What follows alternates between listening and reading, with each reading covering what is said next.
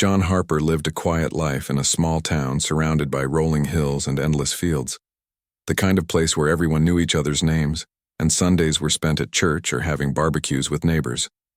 For John, life had been simple but fulfilling, until the day his world came crashing down.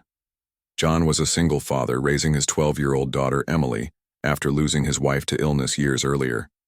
Despite the challenges of being both mom and dad, John poured all his love into raising Emily. She was his everything, the light of his life.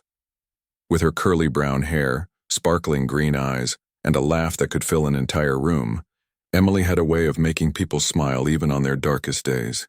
Whether it was helping her classmates with school projects, volunteering at the local animal shelter, or simply sitting beside her father as they watched old movies together, Emily radiated kindness and joy. Their bond was unbreakable. Every morning, John would wake up early to prepare breakfast for Emily before she headed off to school. They'd share stories over dinner every evening, talking about their day, dreams, and silly jokes they'd heard. On weekends, they'd go hiking in the nearby woods or spend hours fishing by the lake. Even though neither of them was particularly good at catching anything, it didn't matter. Those moments were precious. But everything changed one fateful autumn afternoon when Emily started feeling unwell. At first, it seemed like nothing more than a common cold, a slight fever, fatigue, maybe a sore throat. John thought nothing of it. He gave her some medicine, tucked her into bed, and promised her favorite soup once she felt better. But the next morning, Emily woke up weaker than before. Her cheeks were pale, her breathing shallow.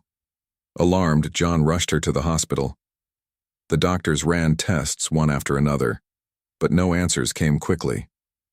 Hours turned into days, and still, nobody could figure out what was wrong with Emily. Specialists were called in, machines beeped incessantly, and needles pricked her tiny arms repeatedly. Through it all, Emily remained brave, holding on to her father's hand tightly whenever fear threatened to overwhelm her. "Don't worry, Daddy," she whispered weakly one night. "I'll be okay." But deep down, John wasn't so sure. His heart ached with every passing moment as he watched his little girl grow sicker and sicker. Friends and family visited, offering prayers and support, but nothing could ease the knot of dread tightening in John's chest. Then, just 4 days after arriving at the hospital, Emily took a turn for the worse. Her condition deteriorated rapidly, leaving the medical team scrambling to save her. Despite their best efforts, there was nothing they could do. Late that evening, surrounded by tearful nurses and broken-hearted parents, Emily slipped away peacefully, her small hand still clutching her father's. When the doctor delivered the news, John felt as though the floor beneath him had vanished. His knees buckled and he collapsed into a chair, unable to process what he'd just heard. How could this happen? Just a week ago, Emily had been running around the backyard, chasing butterflies and laughing until her sides hurt. Now she was gone. Forever. The days that followed were a blur of pain and disbelief. Neighbors brought food, friends offered condolences, and strangers sent flowers. But none of it mattered. Nothing could fill the void Emily left behind. John moved through the motions of planning her funeral like a ghost, barely aware of his surroundings. He chose her favorite dress for her to wear, one with tiny daisies embroidered along the hem, and picked out hymns for the service. Yet every decision felt hollow, meaningless without Emily there to guide him. At night, when the house fell silent, John found himself staring at photos of Emily, replaying memories in his mind. He remembered teaching her how to ride a bike, cheering as she wobbled down the driveway for the first time without training wheels. He recalled baking cookies together during Christmas, flour dusting their faces as they laughed uncontrollably. These moments played on repeat in his head, taunting him with reminders of what he'd lost. Then came the dreams. Vivid, haunting dreams, where Emily appeared to him, standing in a field bathed in golden sunlight. She looked healthy, happy, just as she always had. "Daddy?" she called softly, her voice carrying on the breeze. "You have to let me go." Each time, John woke up crying, unsure whether the dream was real or just his mind playing cruel tricks on him. But one thing stuck. With him, the feeling that Emily wasn't entirely gone, that somehow, somewhere, she was still trying to reach him. Grief consumed John, twisting his thoughts into knots. He became obsessed with finding answers. Why had this happened? Was there something beyond death that science couldn't explain? He scoured the internet late at night, reading articles about near-death experiences, psychic phenomena, and claims of communication from the afterlife. Some stories sounded far-fetched, while others struck a chord deep within him. Slowly, an idea began to form, an idea so desperate, so unconventional that it terrified him. But the more he thought about it, the more convinced he became that it was the only way to find closure. As Emily's funeral approached, John wrestled with guilt and doubt. What if he was wrong? What if he was setting himself up for even greater heartache? Still, the thought of never knowing gnawed at him. If there was even the slightest chance he could hear Emily's voice again, see her smile, feel her presence, it was worth the risk. And so, with trembling hands and a heavy heart, John made a decision that would change everything. The days leading up to Emily's funeral were a haze of grief and exhaustion for John. He spent most of his time sitting in her room, surrounded by the remnants of her life, her books, her toys, the clothes she'd outgrown but refused to part with.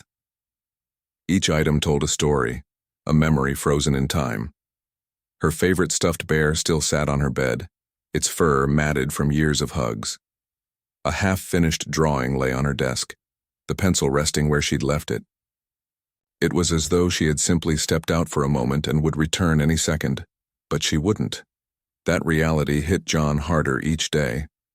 The silence in the house was deafening, broken only by the occasional knock on the door as neighbors dropped off casseroles or offered condolences. Everyone meant well, but their words felt hollow. "She's in a better place now," they said. "At least she's not suffering anymore." These phrases did little to ease the ache in John's chest. All he wanted was to hear her laugh again, to feel her small hand slip into his as they walked through the park. It was during one of these long, sleepless nights that John stumbled upon an article online. Titled, "Can We Communicate with the Dead?" The piece explored stories of people who claimed to have received messages from loved ones after they passed. Some spoke of eerie coincidences, a song playing on the radio at just the right moment, a scent lingering in the air that reminded them of the person they missed. Others described more tangible evidence, recordings of strange voices caught on tape, objects moving inexplicably, or even apparitions appearing briefly before vanishing. At first, John dismissed the article as nonsense. He wasn't the type to believe in ghosts or supernatural phenomena. But something about it stuck with him. Maybe it was the desperation clawing at his insides, the need to hold on to any shred of hope. Or maybe it was the dreams he kept having, the ones where Emily stood in that golden field calling out to him. Whatever the reason, the idea began to take root in his mind. What if there was a way to reach her? What if the line between life and death wasn't as final as everyone believed? The thought consumed him.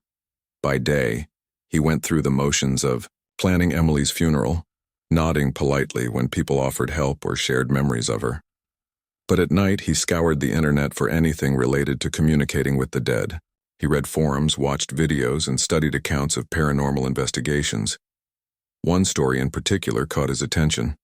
A grieving father in another country claimed he had placed a small camera inside his son's coffin, hoping to capture some sign of the afterlife. When he retrieved the footage weeks later, he swore he saw shadows moving and heard faint whispers. Skeptics dismissed it as fraud or tricks of the light. But John couldn't shake the image from his mind. Could he do the same? Could he place a camera inside Emily's coffin and see what happened next? The thought terrified him. It felt wrong, invasive even, to disturb her final resting place.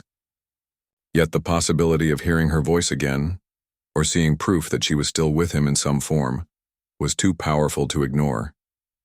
His heart raced every time he considered it, torn between guilt and longing. Finally, on the eve of the funeral, John made his decision. He drove to an electronics store under the cover of darkness, buying the smallest, most discreet camera he could find. Back home, he carefully tested it, ensuring it worked properly and could record for extended periods, without needing a power source. As he handled the device, his hands trembled. Was this madness? Desperation? Or was it simply a father's love driving him to extremes? The next morning, John arrived early at the funeral home. The staff had already prepared Emily's body, dressing her in the daisy-patterned dress he had chosen. She looked peaceful, almost as if she were sleeping. Tears welled up in his eyes as he approached her, whispering softly, "I'm sorry, sweetheart. I just need to know."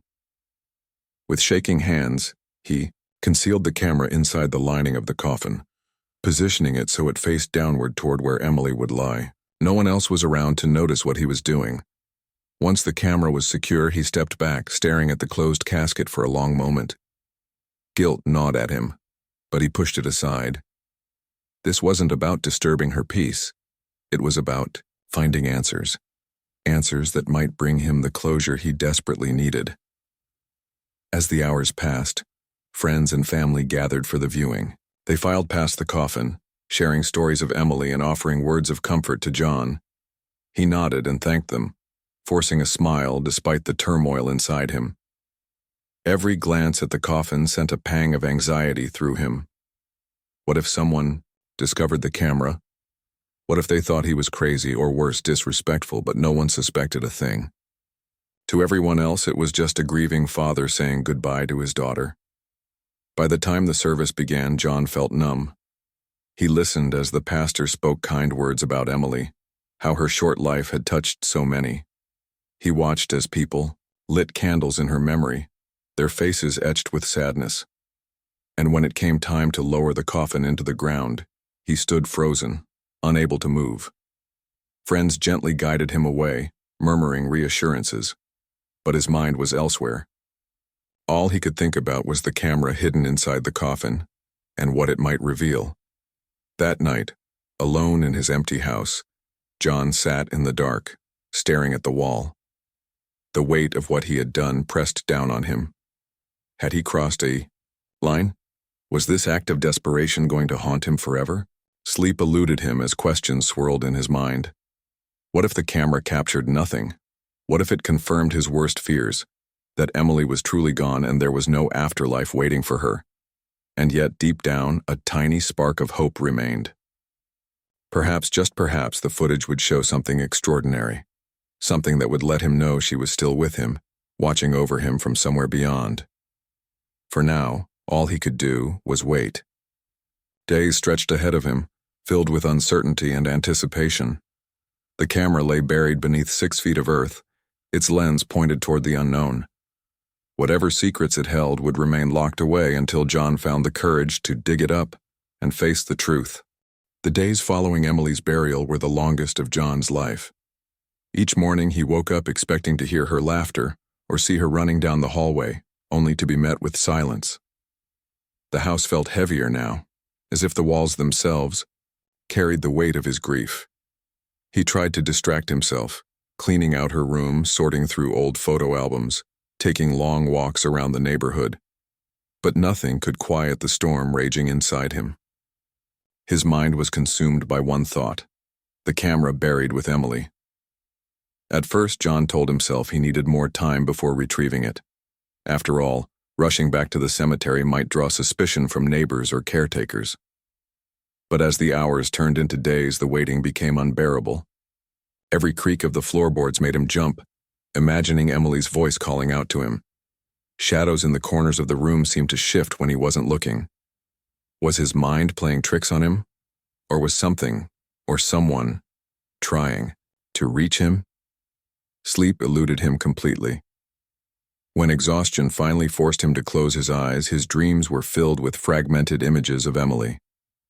Sometimes she was smiling, waving at him from a distance. Other times she looked sad, her lips moving as though trying to say something he couldn't quite hear. These dreams left him restless and uneasy, compounding the guilt he already felt for placing the camera in her coffin. What had he been thinking? Had he disrespected her memory? Or worse, had he disturbed her peace? Despite these doubts, the pull to retrieve the camera grew stronger with each passing day. On the 5th night after the funeral, John sat alone in the living room, staring blankly at the television without really seeing it. The clock ticked loudly in the background, marking the passage of time he wished he could stop. Finally, unable to bear the suspense any longer, he stood up abruptly. It was time. He grabbed a flashlight, gloves, and a small shovel from the garage, then slipped quietly out the door. The cemetery was located on the outskirts of town, surrounded by tall trees that swayed gently in the breeze. Under the cover of darkness, John parked his car a short distance away, careful not to attract attention. As he walked toward Emily's grave, the cool night air sent shivers down his spine. Crickets chirped in the grass, and the occasional hoot of an owl echoed in the distance. Everything seemed eerier than usual, as if nature itself knew what he was about to do. Standing over the freshly dug earth, John hesitated. A wave of nausea hit him as he realized how wrong this must look. Digging up a grave was unthinkable, something people only did in horror movies or crime dramas. Yet here he was, shovel in hand, ready to disturb the resting place of his beloved daughter. Tears welled up in his eyes as he whispered, "I'm sorry, sweetheart. I just need to know." With trembling hands, he began to dig. The soil was soft, still loose from the recent burial, but the task was physically exhausting. Each scoop of dirt felt like lifting a boulder, and sweat dripped down his face despite the chill in the air. His muscles burned and his breath came in ragged gasps, but he refused to stop. The thought of giving up never crossed his mind. Whatever lay beneath the ground, he had to see it for himself. As the hole deepened, John's heart pounded faster. Memories of Emily flooded his mind. The way she used to giggle uncontrollably during tickle fights. The way she'd skip ahead of him on their hikes, always eager to explore. These memories mixed with a growing sense of dread. What if the camera revealed nothing? What if this entire ordeal was pointless, driven solely by his refusal to accept reality? And yet, even the smallest chance of hearing her voice again kept him going. Finally, after what felt like hours, the tip of the shovel struck something solid. John froze, his breath catching in his throat. Slowly, he knelt down and brushed away the remaining soil with his gloved hands. The coffin came into view, its smooth surface glinting faintly in the moonlight. For a moment, he simply stared at it, overwhelmed by emotion. This was it, the moment of truth. Carefully, he pried open the lid, his movements slow and deliberate. Inside, Emily lay peacefully, just as she had been laid to rest.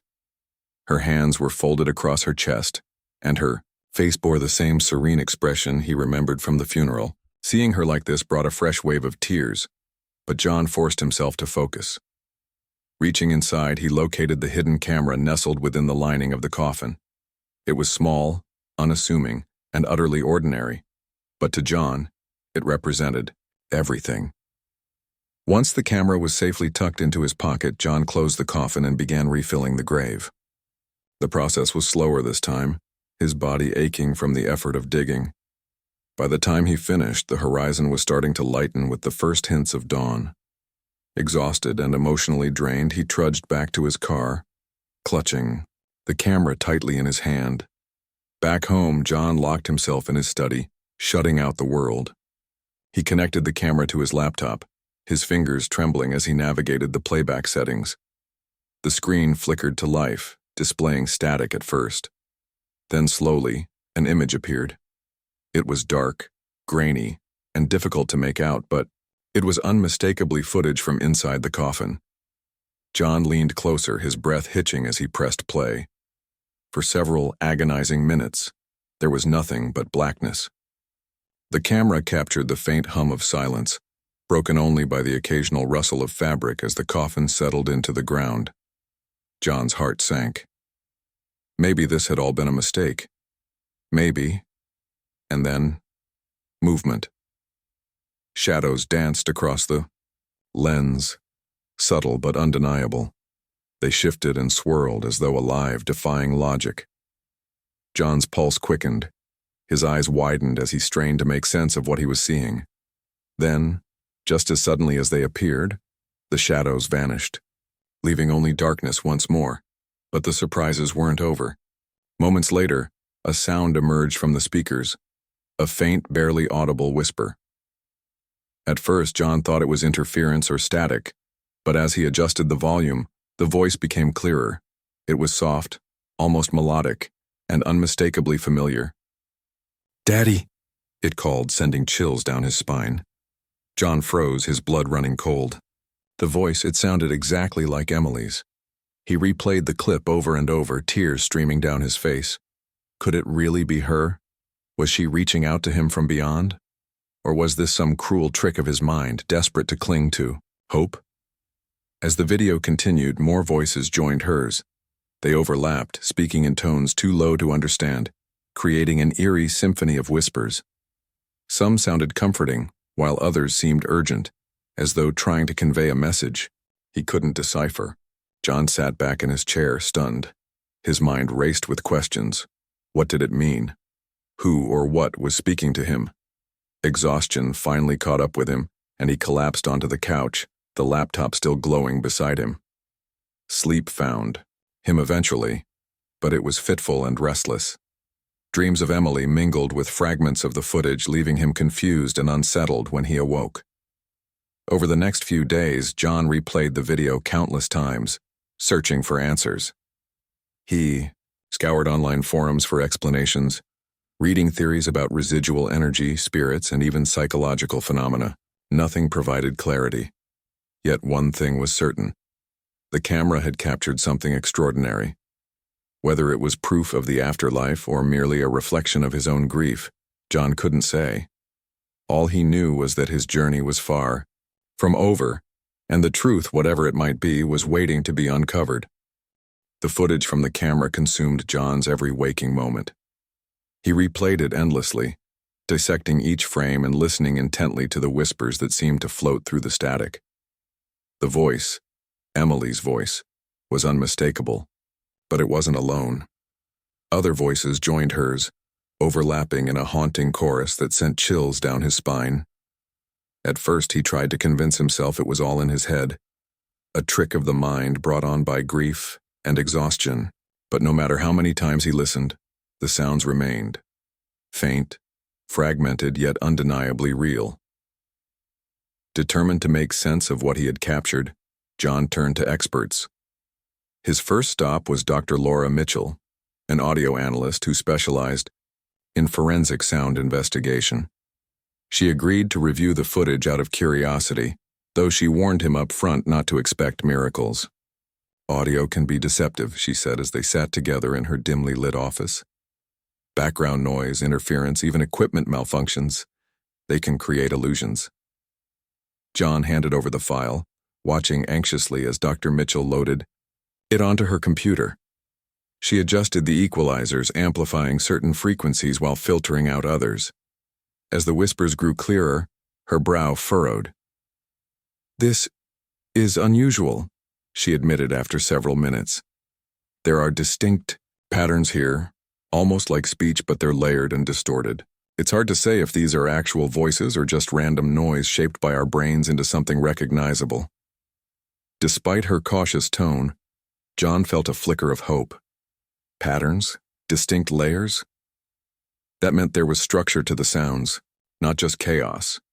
Encouraged, he sought out other professionals, a linguist, a physicist, even a paranormal researcher named Mark Reynolds, who claimed to specialize in analyzing phenomena beyond scientific explanation. Each expert approached the footage differently, but their reactions were eerily similar. Fascination mixed with skepticism. Mark Reynolds, in particular, piqued John's interest. A wiry man with sharp eyes and a penchant for conspiracy theories, Mark spent hours poring over the video. He pointed out anomalies in the shadows, subtle movements that didn't align with natural causes. "Look here," he said, freezing the screen on a patch of darkness. "See how the shadow shifts slightly? It's almost imperceptible, but it's there. And listen to this part." He played a segment where the whispers crescendoed, forming what sounded like words. "I think we're dealing with intelligent communication here. These aren't random echoes. Someone, or something, is trying to reach you." John's heart raced at the thought. Intelligent communication? Could Emily really be reaching out to him? Or were these voices remnants of energy trapped between worlds, as some researchers suggested? The questions swirled in his mind, leaving him more confused than ever. As word spread about the mysterious footage, people began contacting John from all over the country.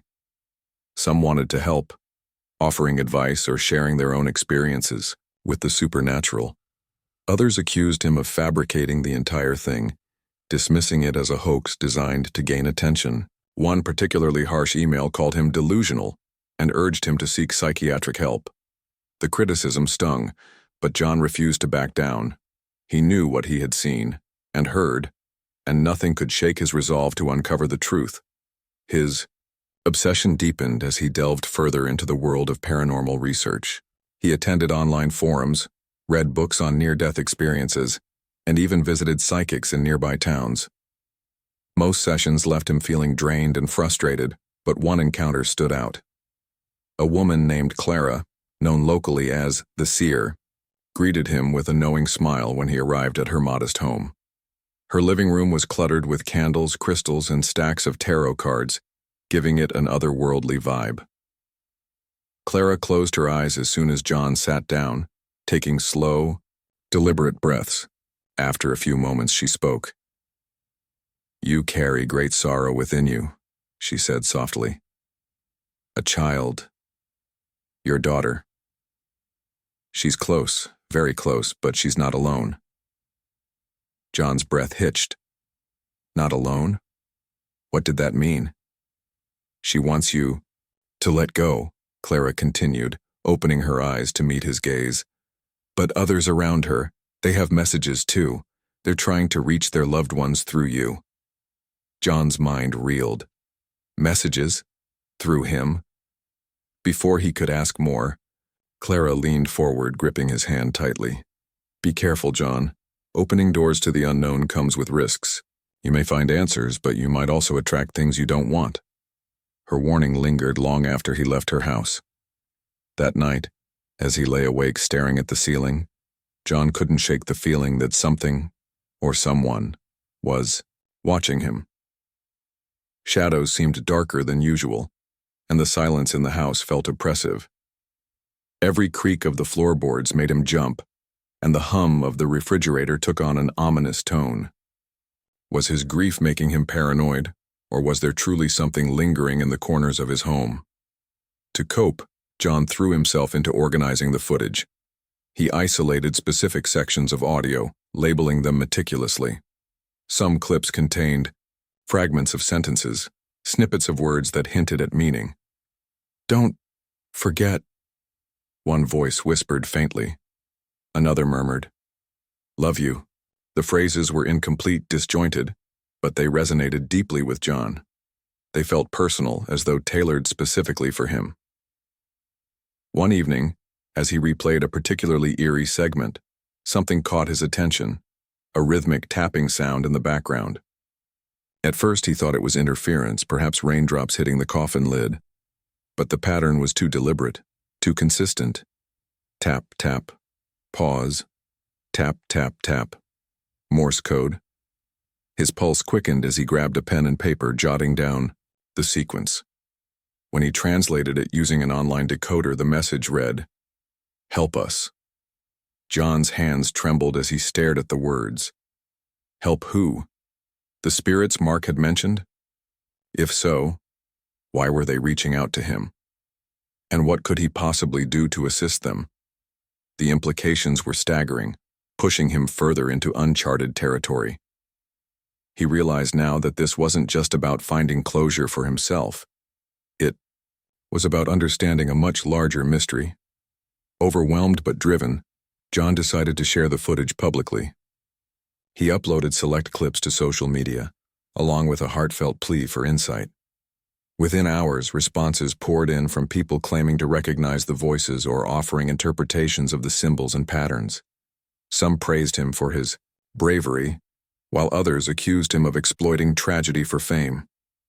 Amid the flood of comments, one stood out, a woman named Sarah, whose brother had died under mysterious circumstances months earlier. She swore she heard her brother's voice in the background of one clip whispering her name. Sarah reached out privately, begging John to meet her. Reluctantly, he agreed. When they finally sat down together at a quiet cafe, she broke down in tears, clutching his hand. "That's him," she whispered hoarsely. "I'd know his voice anywhere. Please, tell me what else you've found."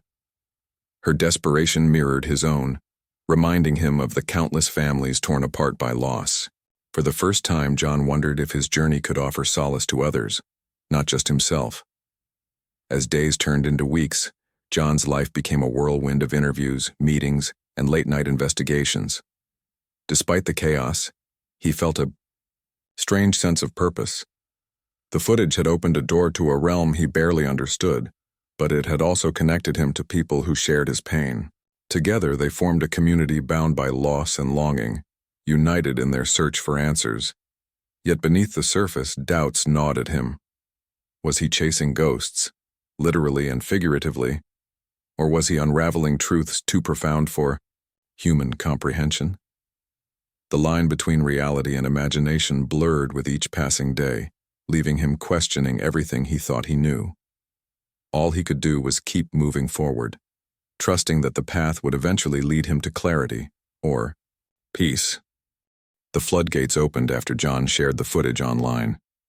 People from all walks of life reached out to him, their messages pouring in like a tidal wave. Some were skeptical, accusing him of fabricating evidence or manipulating audio for attention. But many more were desperate for answers, desperate for connection, desperate to feel close to someone they had lost. Each message carried its own story of heartbreak: a mother whose son died in a car accident, a husband still grieving, his wife years later, a sibling searching for signs that their brother hadn't truly vanished. These stories weighed heavily on John, but they also ignited something within him, a sense of responsibility.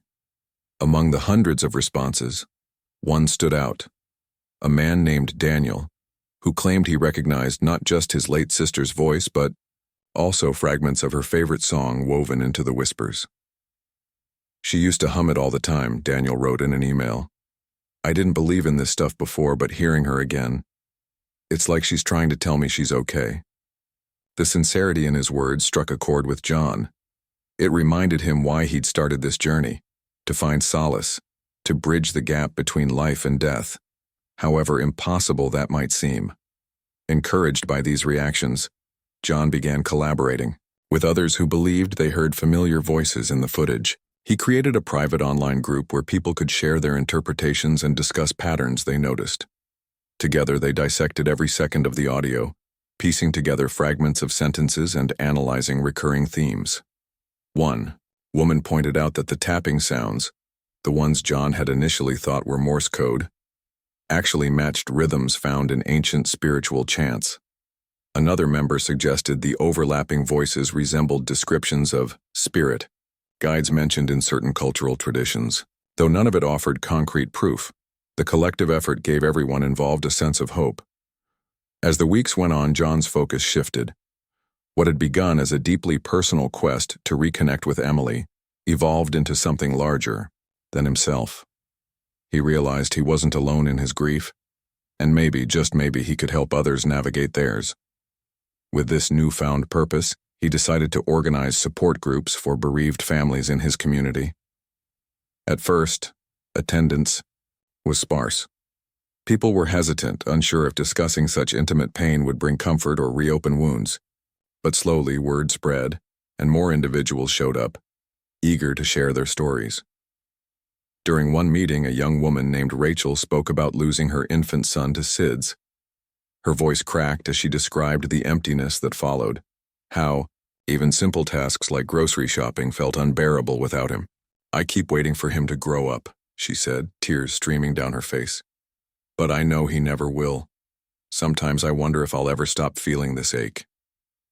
Her vulnerability resonated with everyone in the room, including John. Afterward, he approached her privately, sharing snippets of the footage and explaining how Emily's voice had given him strength during his darkest moments. For the first time, Rachel smiled faintly. "If there's even a chance he's still out there somewhere, I want to believe it," she admitted. These interactions pushed John to explore new ways of helping others cope. He partnered with local therapists and grief counselors, hosting workshops that combined traditional healing methods with discussions about spirituality and the afterlife. While some attendees remained skeptical of paranormal claims, most appreciated having a safe space to express their emotions without judgment. Even those who didn't fully buy into John's experiences found value in connecting with others who understood their pain. Despite these strides, John couldn't ignore the toll this journey was taking on him. The constant scrutiny, from skeptics, online from friends concerned about his mental health, even from himself, left him emotionally drained. Nights became increasingly difficult. Sleep eluded him as vivid dreams of Emily intertwined with unsettling visions of shadowy figures whispering cryptic messages. During the day, he often caught himself staring at photos of her, wondering if he was doing the right thing. Was he honoring her memory by keeping her spirit alive through this work? Or was he clinging too tightly, refusing to let her go? One evening, while reviewing the footage yet again, John noticed something he hadn't before. Amidst the overlapping voices, one phrase repeated several times, clearer than the rest. "Let us guide you." The words sent shivers down his spine. Guide him where? To what end? He replayed the segment over and over, searching for context, but nothing else stood out. Frustrated, he called Mark Reynolds, the paranormal researcher, hoping for insight. "You're being led," Mark said bluntly when John explained what he'd found. "Whether it's your daughter or other spirits doesn't matter. They're trying to show you something or take you somewhere." His tone was serious, almost urgent. "But you need to decide if you're ready for that. Crossing thresholds isn't always safe." John hung up the phone feeling uneasy. Mark's warning echoed in his mind alongside Clara's earlier caution about opening doors to the unknown. Was he venturing into territory he wasn't prepared to handle?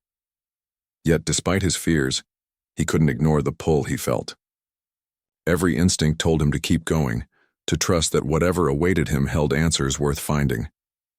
Determined to move forward, John revisited the cemetery where Emily was buried. This time he went alone, carrying nothing but a notebook and a pen. Standing over her grave, he knelt down and spoke softly, his voice trembling. "Emily, sweetheart, I don't know if you can hear me. But if you are, please give me a sign. Tell me what to do next." As he waited, the wind picked up, rustling the leaves around him. A single bird chirped nearby, breaking the silence. Then, as suddenly as it began, the breeze died down, leaving an eerie stillness in its wake. Though no grand revelation occurred, John felt a strange sense of calm wash over him. Maybe the answers wouldn't come all at once. Maybe the journey itself was the point, to heal, to connect, to honor those who had passed while offering comfort to those left behind. Whatever lay ahead, he knew he couldn't turn back now. Returning home, John made a decision. He would continue sharing the footage and organizing support groups, but he would also set boundaries. No more late-night investigations fueled by paranoia. No more obsessing over every shadow or whisper. Instead, he would focus on creating meaningful connections both with the living and perhaps with those beyond. In doing so, he hoped to transform his grief into something greater, a legacy of love and resilience that honored Emily's memory in the most profound way possible. For the first time in months, John allowed himself to imagine a future where the weight of loss didn't crush him, where laughter could coexist with sorrow, and hope could shine even in the darkest corners of his heart. Months had passed since John first placed the camera in Emily's coffin, and his life had transformed in ways he never could have anticipated. What began as a desperate attempt to reconnect with his daughter had grown into something far bigger, a mission to help others navigate their own grief while exploring the mysteries of life, death, and what might lie beyond. Yet, despite the progress he'd made, John still wrestled with questions that had no easy answers. Had he truly communicated with Emily? Or was it all just an illusion born from his need to hold on? The turning point came one crisp autumn morning, nearly a year after Emily's passing. John woke up feeling unusually calm, as though a storm inside him had finally settled. He walked to the cemetery, the same place where he'd dug up the coffin months earlier, but this time without fear or desperation. The air smelled of fallen leaves and sunlight filtered through the trees, casting golden patterns on the ground. Standing over Emily's grave, he felt a sense of peace he hadn't known in ages. "Emily," he whispered, kneeling down. "I think I understand now." His voice cracked slightly, but he continued. "You don't want me to keep looking for you in shadows or whispers. You're here." He pressed a hand to his chest. "And I carry you with me every day. That's enough." As if in response, a gentle breeze swept past, carrying with it the faint scent of daisies, the flowers embroidered on the dress she'd worn at her funeral. It wasn't proof of anything, not really, but it felt like a sign. For the first time, John didn't feel the need to chase answers. Instead, he chose to trust that Emily was at peace, and that she wanted the same for him. Back home, John sat at his desk, staring at the laptop where the footage still resided. He hadn't watched it in weeks, having decided to step away from the relentless analysis that had consumed so much of his energy. Now, he opened the file one last time, not to search for hidden meanings or decode messages, but simply to say goodbye. As the video played, he listened carefully to the whispers, letting them wash over him without judgment. They weren't voices demanding answers anymore. They were echoes of love, reminders that connection transcended even death. Afterward, John deleted the footage. It wasn't an act of erasure, but of acceptance. He realized he didn't need the recordings to remember Emily. Her presence lived in the stories people shared about her, in the laughter she'd inspired, in the countless lives she'd touched, even briefly. By helping others find solace in their losses, John had kept her spirit alive in ways he'd never imagined possible. Word of John's work spread further, drawing attention from local media outlets. A reporter named Lisa approached him, asking if she could write a feature about his journey. At first, John hesitated. He worried about being misunderstood, about people dismissing his story as sensationalism or exploitation. But then he thought about all the families he'd met along the way, the ones who had found comfort through his support groups, the ones who still reached out to thank him for giving them hope. If sharing his experience could help even one more person, he knew it would be worth it. The article titled, "A Father's Journey Through Grief and Beyond," appeared in the Sunday edition of the town newspaper. It told John's story with sensitivity and depth, highlighting not only his unconventional methods but also the profound impact he'd had on others. Readers flooded the paper with letters, many expressing gratitude for shedding light on such a universal yet deeply personal struggle. Some admitted they'd been skeptical at first, but were moved by John's courage and compassion. Others shared their own stories of loss, thanking him for reminding them that love endures even when life doesn't. One letter stood out among the rest. Written by a woman named Margaret, it read, "Your story brought me to tears, not because it gave me answers, but because it reminded me that I'm not alone. My son died 5 years ago, and I've spent every day since wondering if I'll ever see him again. Your willingness to share your pain has given me permission to face mine. Thank you for showing us that healing isn't about forgetting. It's about finding new ways to remember." John read the letter aloud to himself, his voice thick with emotion. Margaret's words resonated deeply, echoing the lessons he'd learned throughout his journey. Healing wasn't linear, nor was it something that could be forced. It was messy, unpredictable, and often painful. But it was also filled with moments of beauty and grace. Inspired by the response to the article, John expanded his efforts. He partnered with local schools and community centers to create programs focused on emotional resilience and coping with loss. These initiatives weren't limited to those grieving deaths. They welcomed anyone dealing with major life changes, from divorce to illness to job loss. Through workshops, storytelling sessions, and art therapy projects, participants explored their emotions in safe, supportive environments. One particularly memorable project involved creating a memory wall where individuals could leave notes, drawings, or mementos honoring loved ones they'd lost. Families gathered around the wall, sharing stories and laughter as they celebrated the lives of those who had shaped them. Watching strangers connect over shared experiences reaffirmed John's belief in the power of community. Pain, he realized, wasn't meant to be carried alone. On the anniversary of Emily's passing, John organized a special event at the park where they used to take their weekend hikes. Friends, family, and members of the support group joined him for a day of remembrance. Together, they released balloons decorated with photos, handwritten messages, and small trinkets symbolizing cherished memories. As the balloons drifted skyward, John felt a surge of gratitude, not just for Emily, but for everyone who had walked beside him during his darkest days. That evening, as he sat alone by the lake, John reflected on how far he'd come. He thought about the dreams that had haunted him, the nights spent replaying the footage, the endless search for answers. None of it had brought Emily back, but it had taught him something invaluable, that love doesn't disappear when someone dies. It transforms, taking on new forms and finding new ways to exist in the world. For the first time in a long time, John smiled. Not the hollow, forced smile he'd worn during the early days of his grief, but a genuine one that reached his eyes. In letting go of his need for certainty, he'd discovered something far greater: the ability to live fully, even in the shadow of loss.